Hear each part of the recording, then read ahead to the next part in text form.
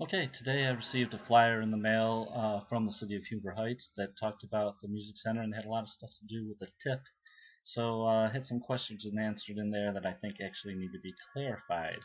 So let's go through the questions and answers real quick. And it says, will my taxes go up when the music center is built? And they say, no, income tax funds are not being used for the construction of the music center.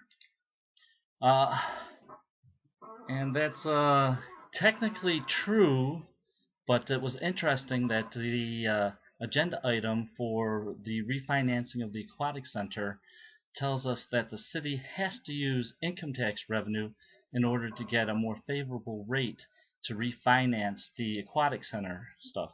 They couldn't use the TIF because the banks didn't think that was as secure as the income tax. So if it comes down to it, the city will be obligated to use income tax money in order to pay for the Aquatic Center. And this was financing that was done before they even have borrowed most of the money for the music center. So it'll be interesting to see if they'll be able to get financing for the music center at all, like that.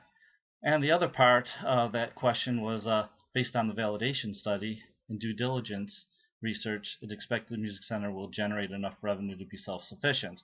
And of course, that makes no sense if you've actually looked at the validation study itself. The validation study has some scenarios in there where they can make money, but if you look at them, they rely on some pretty unrealistic things like holding 6 festivals in a year, like there, and then having these local regional concerts, which they call symphonies. They have the Cincinnati Symphony come up here, and if you look at these numbers all together here, that about half the people attending will be coming from those events. So if you look at the validation study, the scenarios where they actually make money aren't scenarios that are probably likely to occur. Where's the money coming from to fund the $18 million budget for the music center? And that's the Montgomery County TIF district as a funding source for the music center. And where does TIF money come from? Well, TIF money is just another way of saying a modified property tax. The city modifies the property tax in such a way that it diverts the payments from where it would normally go into a special fund. So in other places on the websites, you can see that I've computed this for like Walmart, and Walmart would normally pay $13,258 into our police and fire fund, but instead they pay just $497 because of the way the TIF works. It takes all the money that would normally go to from where it normally go to in the property tax and puts it into the TIF. So yeah, obviously I picked the one that everybody would be all up in alarms about, but the other things that it goes for would be like county jails and county police and some of the other county services. So it's not free money. It's got to come from somewhere. And in our case, for just one business, Walmart, it costs us $12,700 toward funding our police and fire departments. Why is the music center being built on Executive Boulevard? And this right here tells us that they believe that if the, or that what they've been telling us, of course, is that TIF dollars have to be used in the TIF district. But that's not exactly what the representatives from the TID, which manages the TIF, had told us. What they told us was that the money had to be spent in a way that it would benefit the TIF district. And you know, they kind of shrugged his shoulders about whether the Huber Center would qualify or not.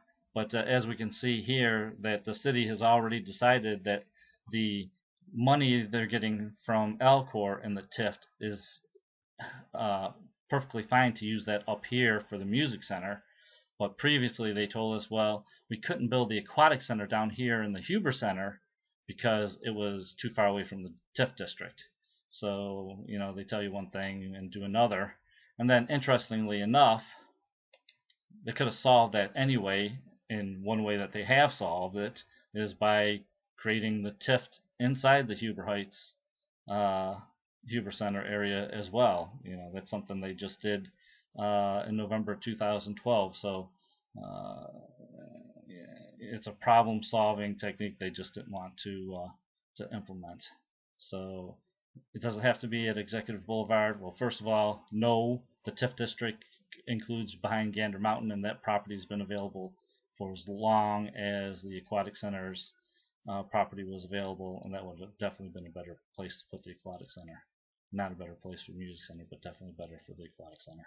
And the Huber Center would have been so much better for the city if the YMCA and the Aquatic Center were located there instead of at I-70. Okay, Huber Heights City Schools are having financial problems. Why can't you give them money to use them? And they say, oh, by Ohio law, they can't do it. Well, that's obviously not correct either. Well, it's not obviously not correct because it's very hard to understand the TIF regulation. But if you look at the TIF regulation, the city could actually give all the TIF money to the schools if they wanted to. Yeah, there's two separate governing bodies, but the city makes the regulation that tells them how much goes to which entity when they create the TIF. And not only that, but when they negotiated this with the city schools, they negotiated it so that it would only be about 30% of what they normally would get. So they could have at least given them what they would have gotten otherwise, but no, they said, oh no, you're only going to get 30% of what you would normally get. And then, will the Music Center help the Huber Heights City Schools? And what they say is that it creates new property taxes, which will help the school. And if you can see that, yeah, then even though the mayor and the vice mayor tell you that they're not property taxes up in the TIF district, that's essentially what they are. And the school will get 30% of what they would have gotten if that development had occurred without the TIF. So yeah, they get some, but only 30% of what they normally would get. All right, that's my presentation on the question and answer section for the brochure that the city had sent out to the residents concerning all things good going on in the city.